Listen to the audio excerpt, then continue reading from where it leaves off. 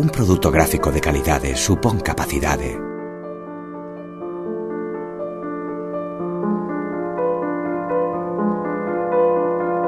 E Galicia Tena.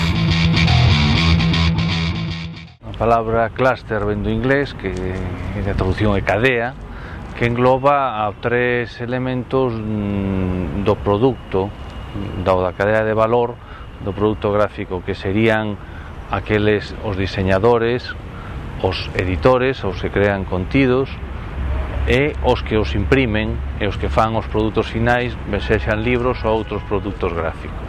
Este clúster naceu no ano 2007, despois dun ano de vida podemos decir con toda a rotundidade que xa está consolidado, que máis de 50 empresas dos diferentes sectores están a participar.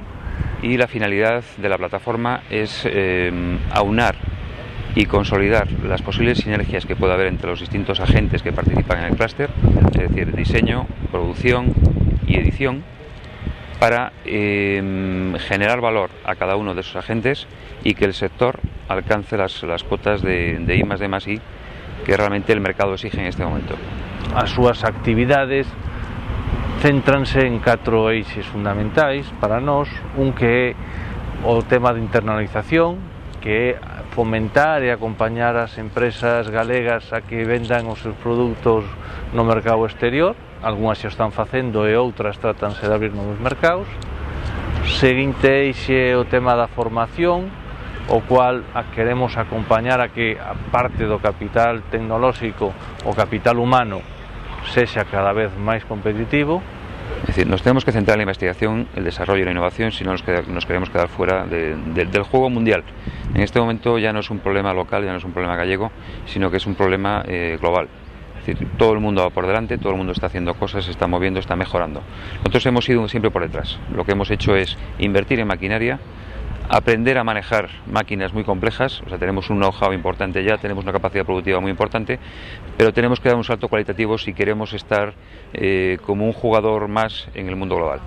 Teríamos outro eixe que sería a innovación e a competitividade, co cual o obxectivo do clúster é aumentar estes dous traballos, un das empresas, un a través dunha plataforma tecnolóxica e despois outro a través de medidas concretas para fomentar esta competitividade.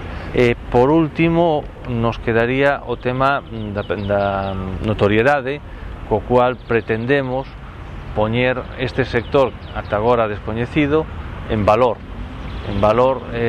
que reflexe a importancia que ten, e para iso o clúster do produto gráfico pretende crear uns premios de innovación, de deseño, que reafirmen a calidade dos nosos produtos.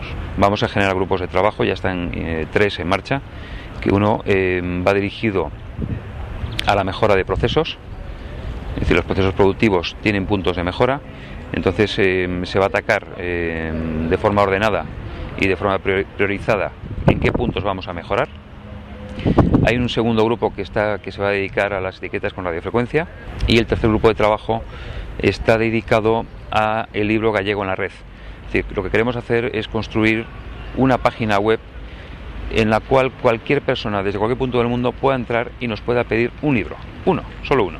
Entonces, aprovechando la tecnología digital, aprovechando internet, aprovechando los medios de comunicación que existen hoy en día, poder poner en cualquier punto del mundo, no sé si igual que sea Tokio, que sea Cádiz, que sea Berlín, el libro que el cliente desee. Cando falamos de libro galego estamos a falar de editoriais galegas, claramente.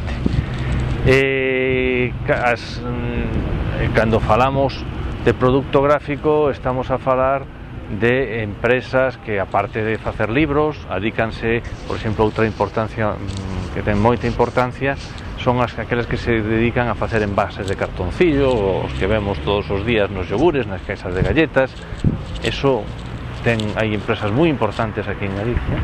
E logo hai outra parte que son os publicistas e os diseñadores, que son tamén os que engloban. É dicir, que digamos que hai unha xente que crea contidos, que son os editores, hai outros que lle poñen en bonito, que fan os deseños, e e outros que concretan esa idea nun produto impreso. Las fuentes de financiación son estas, las cuotas de los socios, las entidades financieras y realmente la Xunta de Galicia.